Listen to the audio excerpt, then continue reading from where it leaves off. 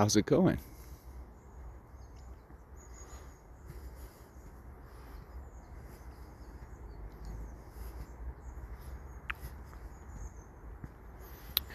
We hosted a 13-year wedding anniversary this past weekend.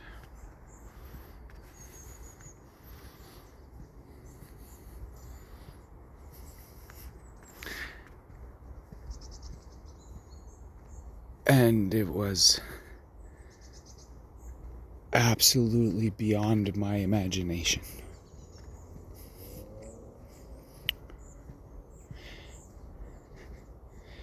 It was held on a fairy tale property that's adjacent to ours out at the great beyond.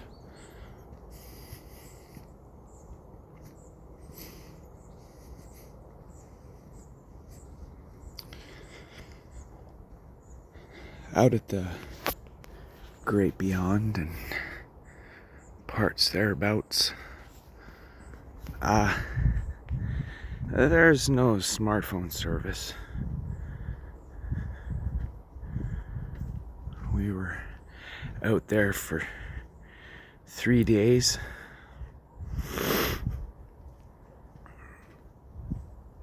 The first evening was interesting to watch the folks wander around the property trying to pick up a signal. They'd catch a few vague networks and have to hop to another one and switch, and these people were just relentless. They did not give it up. Next morning at breakfast, same deal, right? Some of them found some comfort in just frigging around with the settings on their phone. It was just about the eyeball engagement with the digital, really, and they felt better about that. It's a shame, really. A goddamn shame. Full-grown adults. Because, there was alcohol consumption. Yeah. My brother and his wife and 3 children came across the ocean out here to the ends of the earth to attend this marriage anniversary.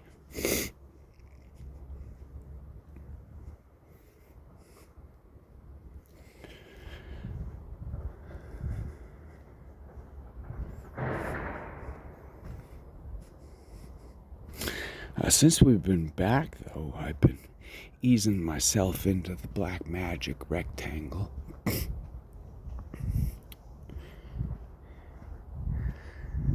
My brother and his family were only here for 10 days, and they were scheduled to fly out of here the day after.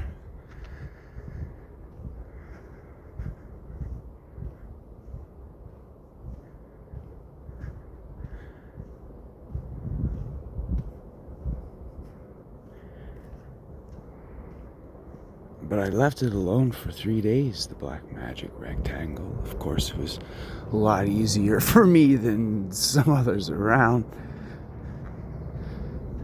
But I come back and it looks like the world's on the brink of disaster. Isn't it? Oh my golly days, huh? Everybody's talking about national emergency alert system tests, and we had a set of those just yesterday. Actually, we got prior to the system tests. We all received SMSs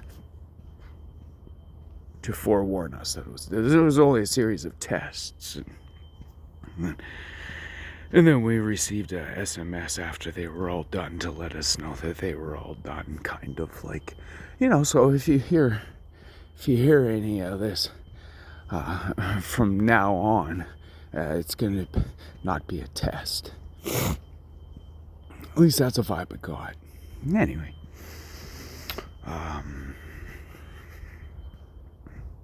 All sorts of precariousness going on, right? Something about Russians firing live ammo, like what, 50 kilometers off the coast of the UK there, or something like that. And it was on the same day as they were swearing in, or whatever the fuck it is they do to their new prime minister over there in the UK, whatever that means. So yeah, right, all these tensions in Iran, hey, mounting.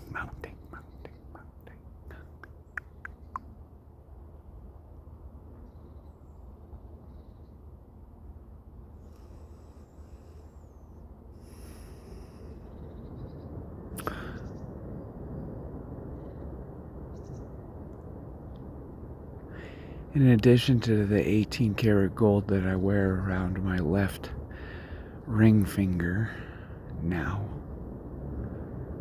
I was also given as a gift from my wife a set of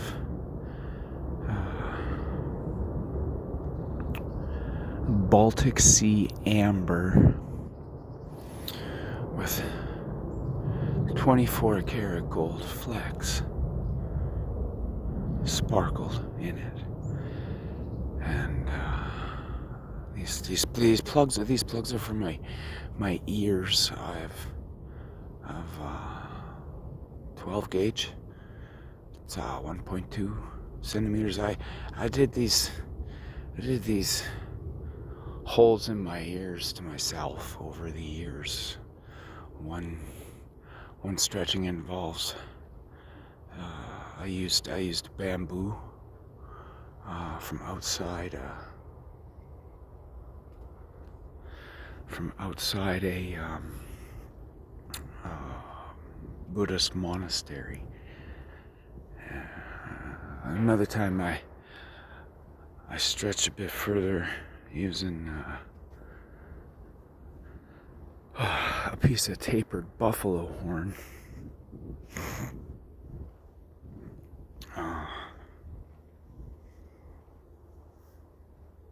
Piece of buffalo horn? How fucking big do you stretch that shit, man? No, like I said, it's only 12 millimeters. It's right, 1.2 centimeters. It's not so big, just big enough, right?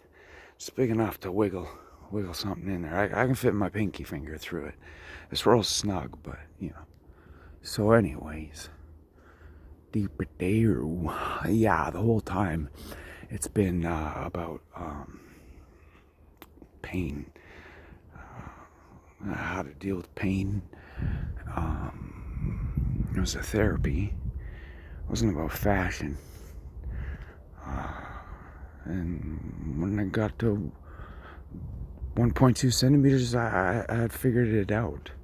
Luckily, I see some dudes with ears like fucking hula hoops. Like, what kind of trauma are you dealing with there, man? I don't want to start comparing traumas, but I can't see anything past 1.5, maybe. Yeah, so and the vibe off of this stuff, right? Like I like to wear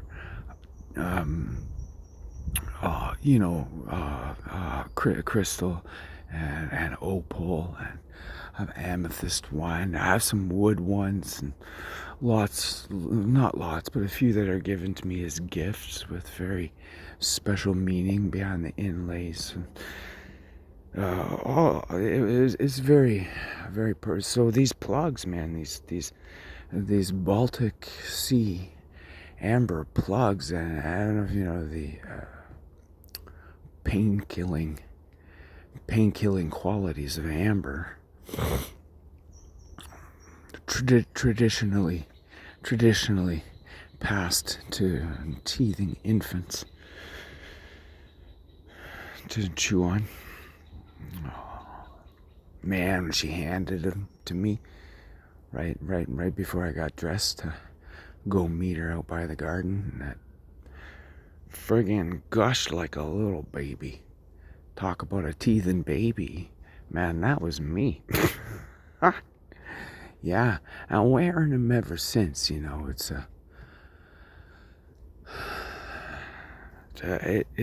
it affects me, you know, and I welcome the affection. You know, as the light shines through these plugged holes in my ears, you know, what's the word, translucent?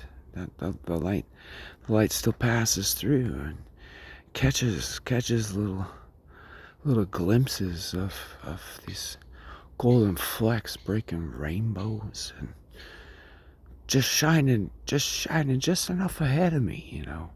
Give me this focal point just far enough ahead, you know. It's guiding me in some kind of new way, man.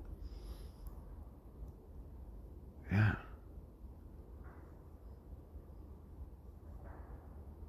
Right, and full on electrical connectivity with that ring finger, man. Yeah, so like when we first got married at that pub table there, I don't know how deep you go into the ends of the earth out here, all right? So if you got any questions, I'll see if we can find a link to flick your ways. But so we got married at a pub table, right? And we wanted to make sure that the justice of the peace who met us there knew that this wasn't just a visa grab, you know. So we picked up some rings from like a kiosk down the main boulevard, and we traded those. And after not long, you know, irritation and got in the way. I was a cook my life long, right? So like you're taking your jewelry off every morning, right? Right, or whenever it is you start your shift, you know. So,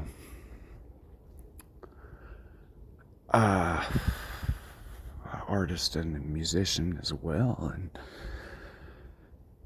so left-handed to top it off. So it was really getting in the way.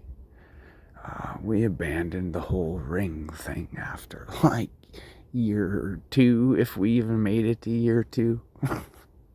Like, when is this shit anyways? I never heard Jesus talking about a wedding ring and a trading off and keeping on and all of this, whatever. So, because I think I got something, you know, right now on me with this, you know, that I think the reason why there's so much problem with humanity is because they're trying to make the Bible fit humanity, see, the illusory realm. And then we have the nodes, probably about 144,000.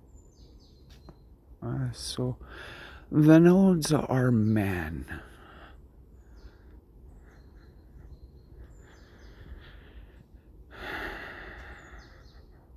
And as the light shines through the nodes, it's what makes this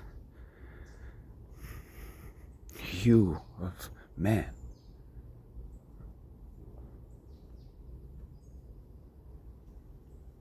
See, the Bible was written as an instruction manual for the nodes. See.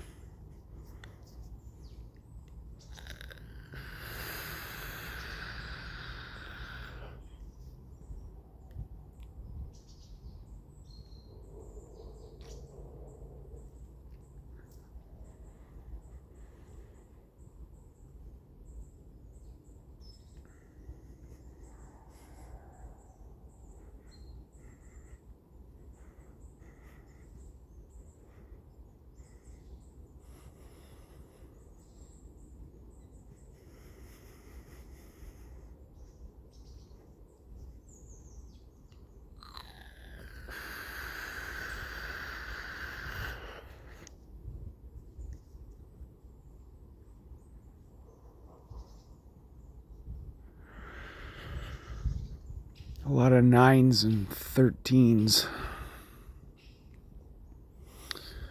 to be found with the memorial ceremony that wife and I performed in front of our most treasured loved ones. This 13-year was in part for them.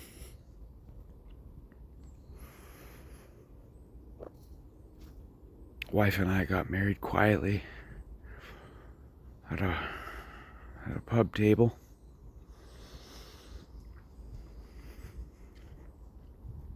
And as time went on from there, we attended many of these loved ones' weddings. And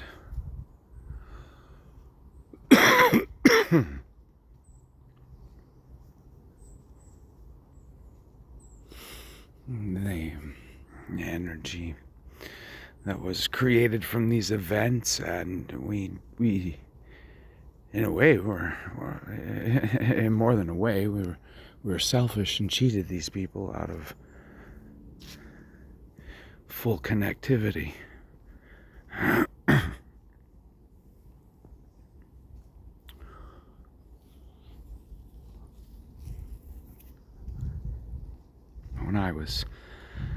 When I was 9, my mom had a humanitarian, a legal ceremony, not the church ceremony, let alone the Mormon church ceremony. When I was 9, she married my second dad, who held the position at that time of high priest.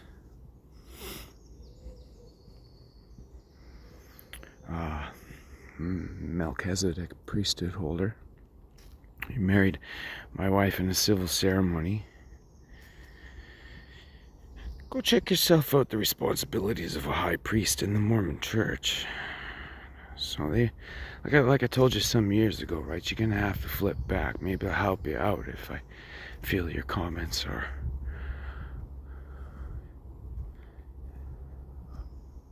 authentic. To help out families who require it. So him marrying my mom was that.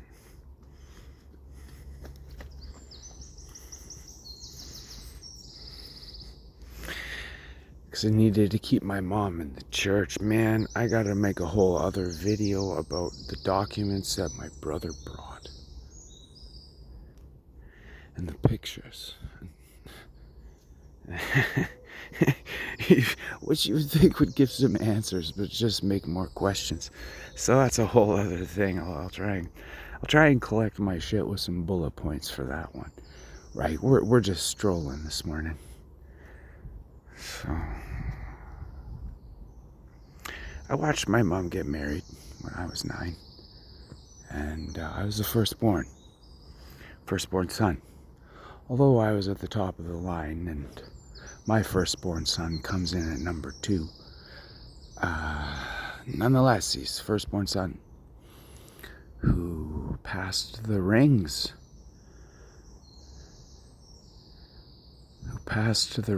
To us. He's 9 on this 13-year memorial celebration.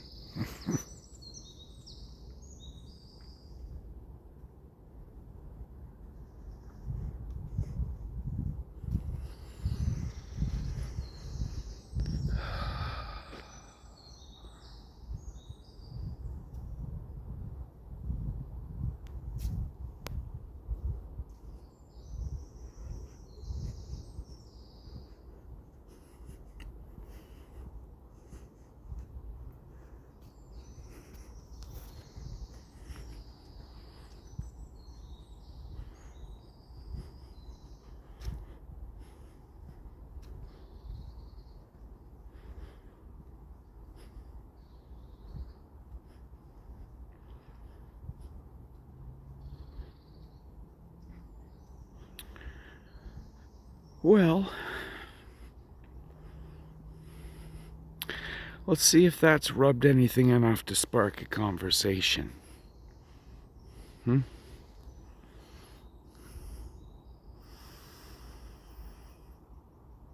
Guess I'm gonna drop you here. It's all good? Right on. Love you lots. Talk to you again soon.